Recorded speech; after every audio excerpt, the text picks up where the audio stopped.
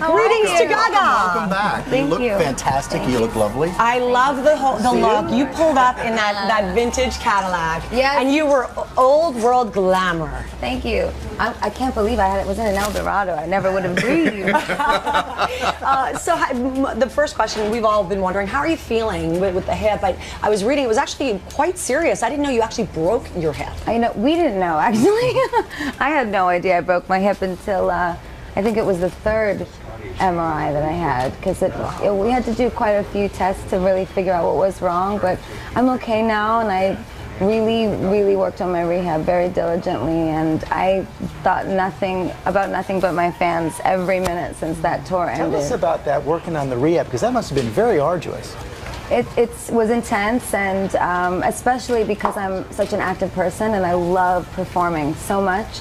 It was challenging to stop performing. That was the hardest part, not seeing the fans, not performing, not playing music. But you'll actually see it, one of the scenes in the video. I actually rehearsed lying down a lot. I couldn't help myself. I used to just I would play the song, and I would just do the choreography on my back and visualize the fans, and I thought of them every second. We did 99 shows on the Born This Way ball, and I guess my accident sort of happened 20 shows before it was over.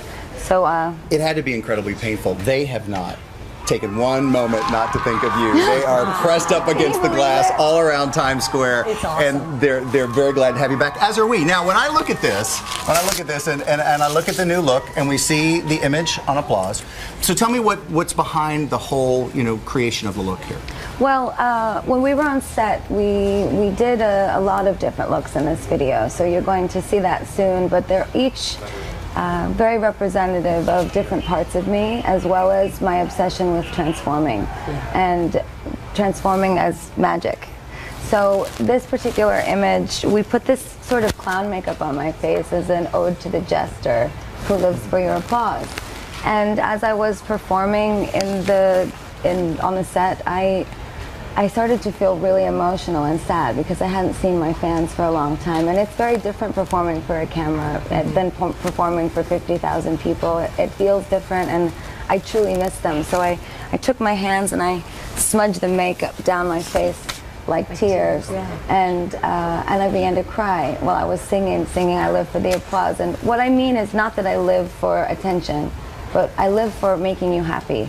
And that's when the applause happens, when the audience loves it.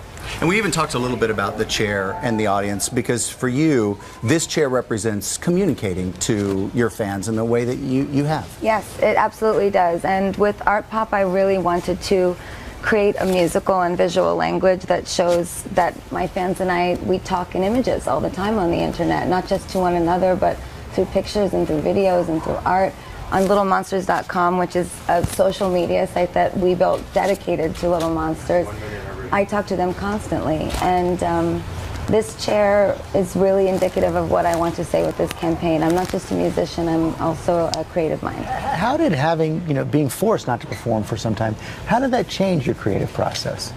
It made it much more intense and amazing, because I couldn't do anything else but create. I couldn't dance, I couldn't walk, I couldn't anything. So I sat on the couch and I worked every day, and I wrote all my ideas down, and I obsessed about the music. I read someplace you called that your gazing period. Yeah. That it really... I'm working with Jeff Koons as well on some new art projects, and with Marina Abramovich and Robert Wilson, and Inez and Vanu did the video.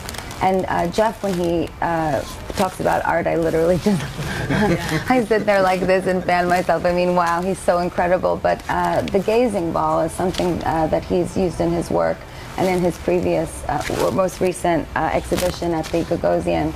And he talks about looking into the gazing ball and really having this transcendent experience with your creativity. It comes out of that transcendent experience.